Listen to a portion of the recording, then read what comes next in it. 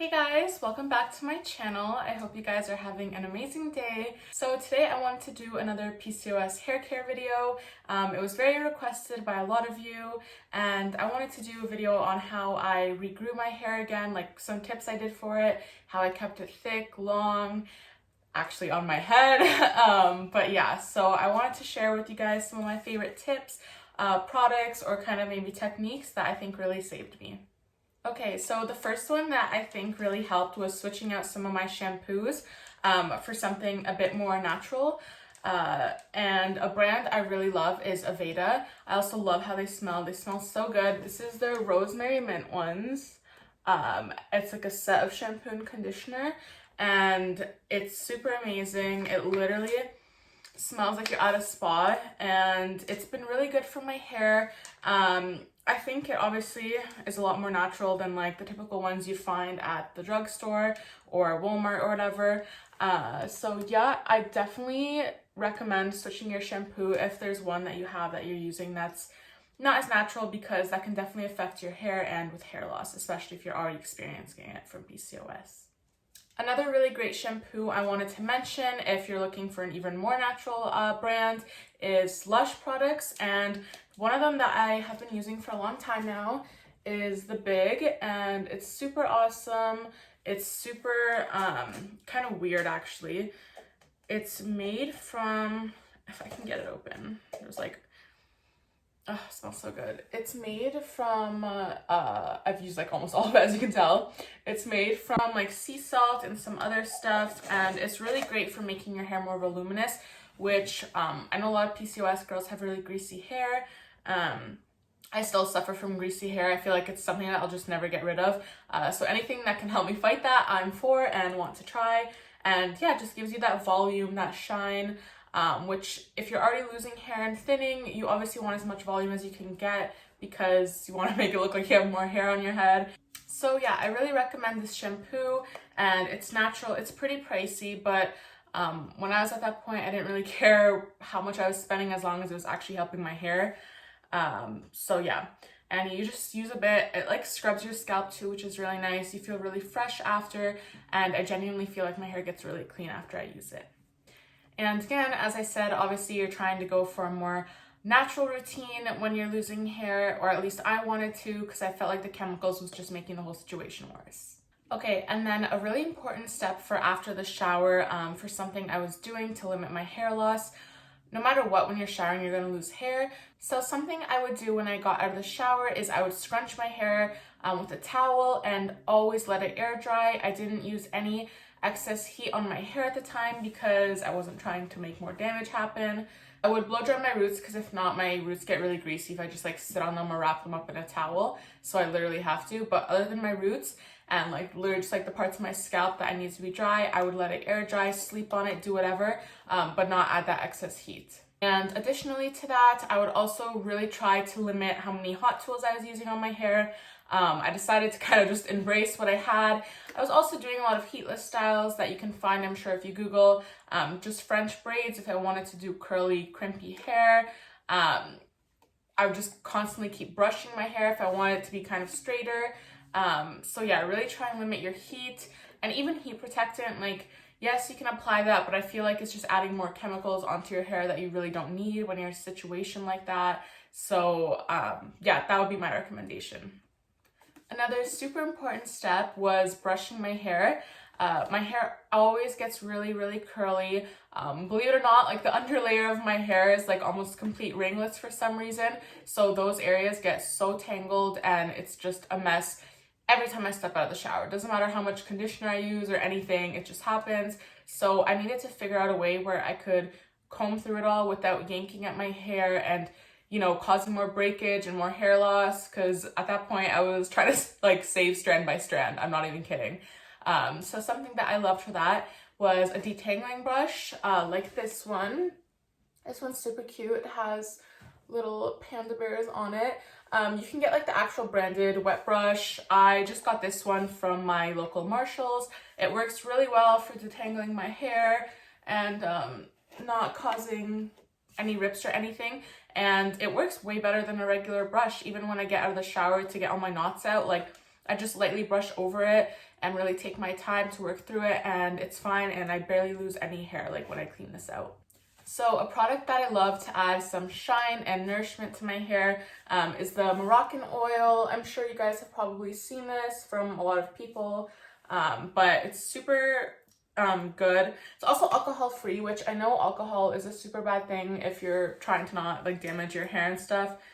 Even my boyfriend, he's really careful about his hair, and he like uses hairspray to style it, and he always buys alcohol free to not try to have excess hair loss because he's not trying to go through that. So yeah, I love using this as well after I shower.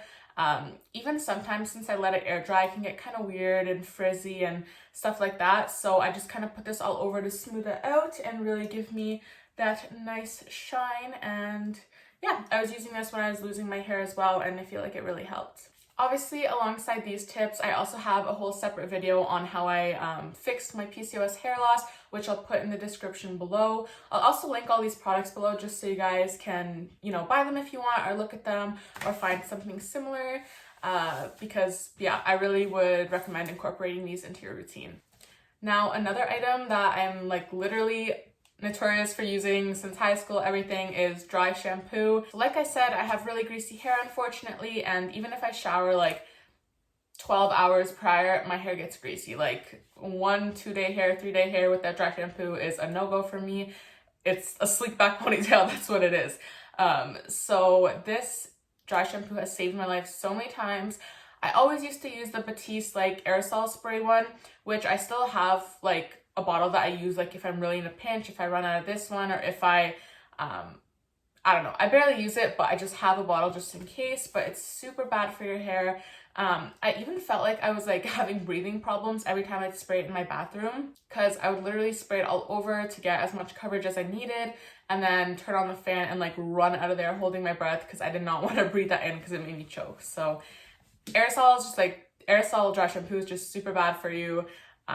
Obviously it's not great for your hair. I think that also contributed in my hair loss, because at the time I was using their, which one was it? I think it was like the Magenta Pink XXL volume something. Did amazing volume for my hair. It was great. It looked like I just washed it, but it literally was like damaging my hair. Like I could feel it falling out from just using it. So I really recommend swapping it out if you do want to use a dry shampoo. Obviously, since, you know, you might be losing hair and stuff, you want to add the volume and just help your scalp look thicker with dry shampoo. So I totally get it. But if you are going to use one, I would definitely recommend to go more towards a natural route. I know Lush also has some really great ones, but this is the one I love and live for. Again, it's Aveda.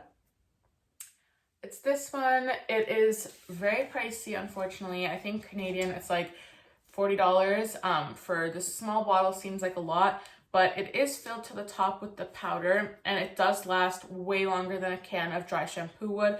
This lasts like months for me, and I'm like an avid dry shampoo user, so it really is worth it in my opinion. It also smells way better, and you're not choking on it and like literally coughing up a lung, so that's also a plus. I can show you guys kind of like, I have to shake it. This is a new bottle. Oh yeah, you can kind of see it sprout. Can you? The powder. So I literally just like put it all over and then do this to my hair. Oh my god, it smells so good. And just shake it out. I already put some in before this video because I'm not trying to look weird for the camera with my greasy ass hair, but yeah, it just gives you a lot of volume, and it's a lot better, I think, for you than traditional dry shampoo is. So I definitely recommend that as well. Alongside all of these kind of little tools or changes that you can do, obviously you want to get your vitamins checked, everything like that I already talked about in my previous video, because there's a lot more that can contribute to hair loss, like stress and whatever else. But these are kind of the small things I did that really helped alongside those bigger changes.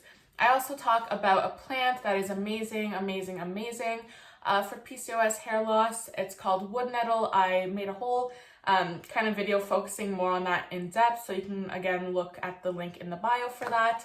But yeah, those are some of the things that I think really could be beneficial to you guys.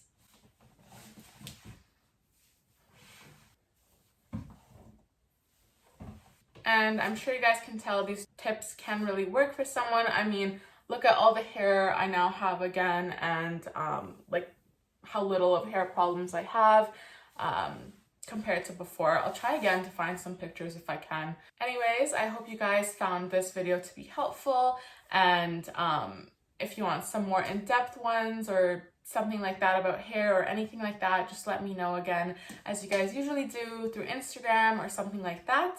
Again, thank you so much, guys, for all the amazing support and love that I've been receiving. Please subscribe down below or click any of the buttons that pop down here to subscribe. It means the world to me if you guys actually do subscribe. And I'm going to keep coming out with PCOS related content and hopefully be able to help more of you, because it literally means the world to me seeing you guys message me and comment all these things that they're helpful, because it really feels like I'm doing it to help someone too, not just, you know, talking to nobody out there. So it's pretty awesome. Let me know if you guys have used any of these tips, or if you guys have any good tips to kind of share with other people in the comments, because I'm sure that could really help other people as well. Alright, I hope you guys have an amazing day, and please remember to like and comment and subscribe, and I'll see you guys next time. Bye!